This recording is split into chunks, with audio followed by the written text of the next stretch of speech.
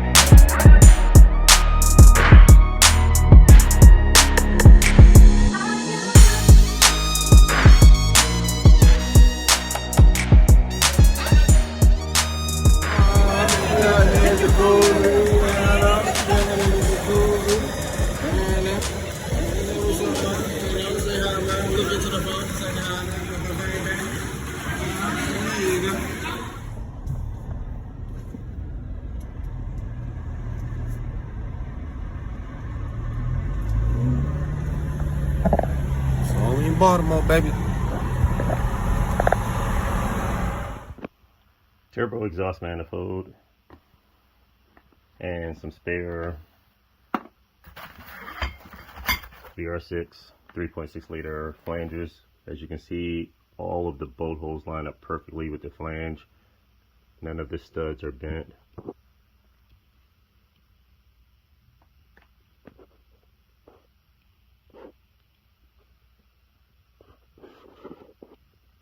It just drops in place.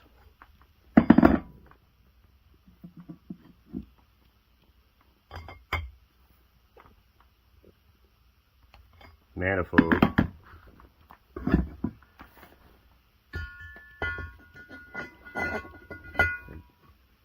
Won't slide on because the bolt holes are not matching up.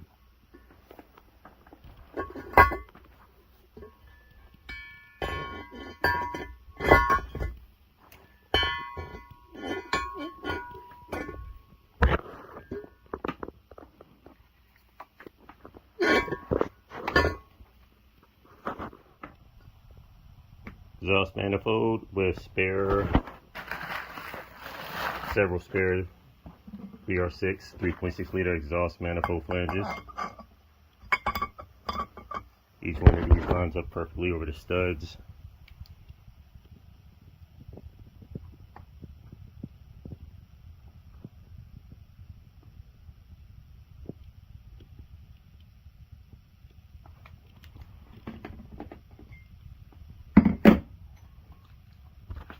Manifold bottom slots, as you can see, doesn't line up properly. Drilled off. Look how far they're off. Very far. The top ones, it appears a couple of them line up. And for better reference,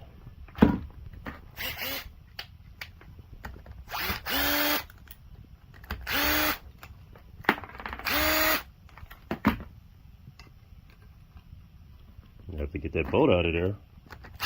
Don't want that causing any problems. But just for a quick video reference,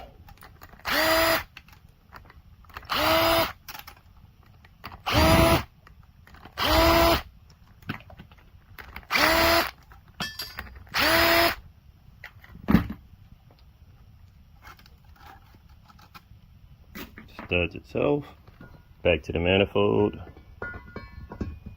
And as you can see, a couple of the bottom ones, this one is very far off right here.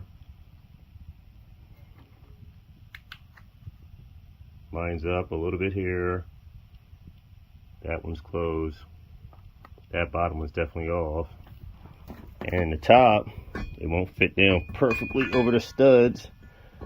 If I line up that one stud, the bolt hole pattern is off and it's stuck. But for a better reference, back to this, perfect. Right into position. And if we use this as a base reference to measure the holes, which I've done before, we can check and see our holes are off as far as being drilled. The top holes appear to line up, a few of them here, but here's when we start to get off. That is far off, and this one lines up. So this hole right here is definitely off pretty bad. And then on the bottom, as far as our slots, this one is the problem here. So if I slide it forward, try to line it up, I'll line it up with these for a reference. These all align, but this corner is off very bad here. And back to the top again for a reference. These three appear to line up pretty good. And over in this corner, this is the problem.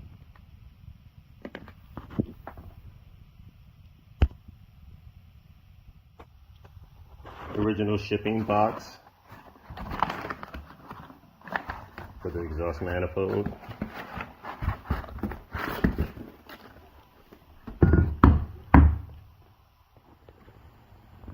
Preparing to reinstall for the second time the drive shaft and get this back in the car.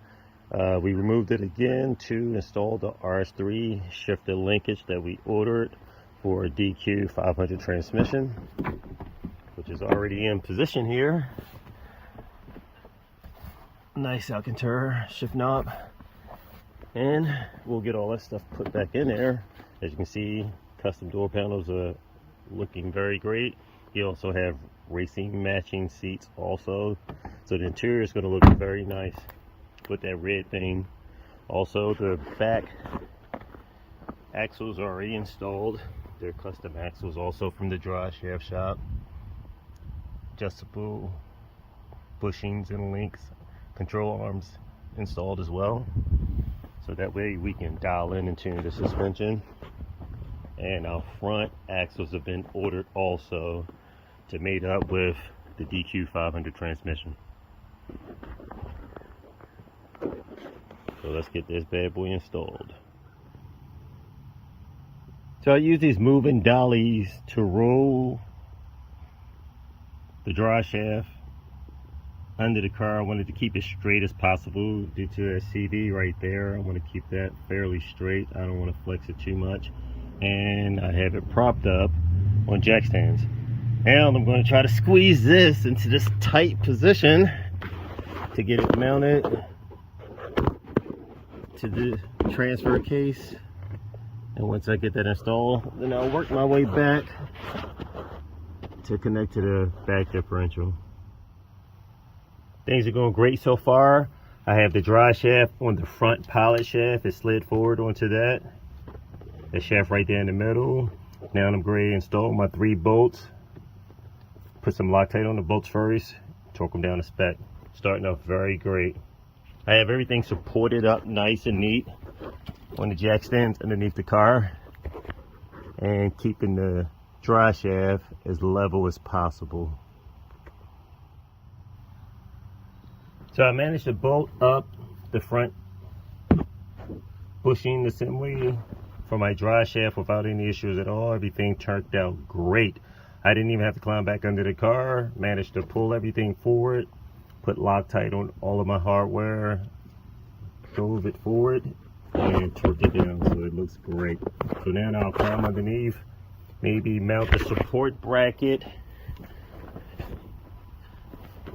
for the carrier bearing itself, which is here, and then install the back. But just for a little bit of flexibility, I'm gonna go ahead and install that back first. Let this tilt down just a little bit, raise that up into position, and then bring this up last. So now I want to mount my rear drive shaft to the differential.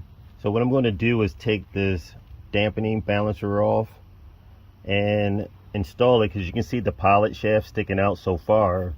That would be a major challenge trying to get this into position with this shaft sticking out so far. So I'm going to remove this from the drive shaft, mount that into position, try to get my hardware through here to install my shaft back into position, and then I can go ahead and run my bolts through here and torque everything down with Loctite. Now, and I can use some grade 8 bolts, or I would say 12.9 Allen bolts, which is fairly strong, and they don't have to be this long and protrude this far out. So therefore I'll have enough room to probably slide my hardware through here somewhere and get it bolted in position. But I'll see how much room I have once I get it installed, if I can use the original. Well, I have a dampener off, and that's definitely not going to work. So I'm gonna have to still tilt this up in there, or either lower the rear subframe down a little bit, and that's how we got it in there also one of the other times. So we'll see how to get this in here without it being too challenging or too difficult. and my rear damper off. So it's going to be a little tedious, but not too challenging. See, you can see where I can at least shift this back a little. And it shifts back, and I can probably shift it back just enough and let that end pivot down just enough to slide this into position. So for the most part, I have it up into position, and of course it's tedious. What makes this a tedious job is we have heavy duty stiff bushings as well as the motor mounts. The motor mounts are so stiff you could barely flex the engine down far enough to kind of tilt this up into position. So of course the easiest point would be where it's designed to separate, and that would be here at the CV joint. Now some of the other Audis have a different style setup where this is slotted and like sleeved, where you can actually slide this back and forth enough room to get it in there. Hence right here the factory drive shaft. So therefore this joint is nowhere near as heavy duty as the one that we installed, but this will give you play where you can literally slide this in and out just a little bit, enough room to possibly pop it into position. And technically you would kind of have to be able to, because there's no point where you can separate the two from here. So you can more likely slide this back and forth a little bit. Either way, with the heavier duty bushings we have, this piece was tight. Now we do want stiff bushings and of course stiff components in our drivetrain, so that way we can manage and have less engine flex, which would be different deflections going through the body. If we have stiff bushings, then we can concentrate on maintaining good proper traction control instead of having to compensate for engine and drivetrain flex as well. When I started, the drive shaft was on the ground. Now it's installed and mounted to my satisfaction.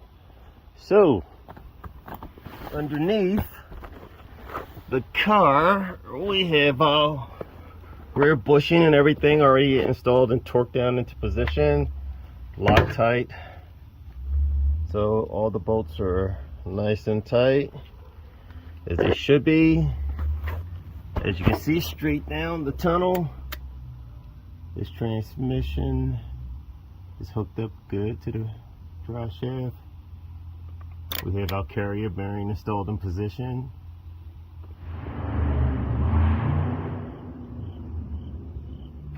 Okay, some neighbors trying to show off because I'm underneath working on the TT, but once this bad boy's up and running, we'll silence all that noise soon enough. But underneath, everything's connected. Our damper's in position, mounted, has all the proper clearancing that it needs.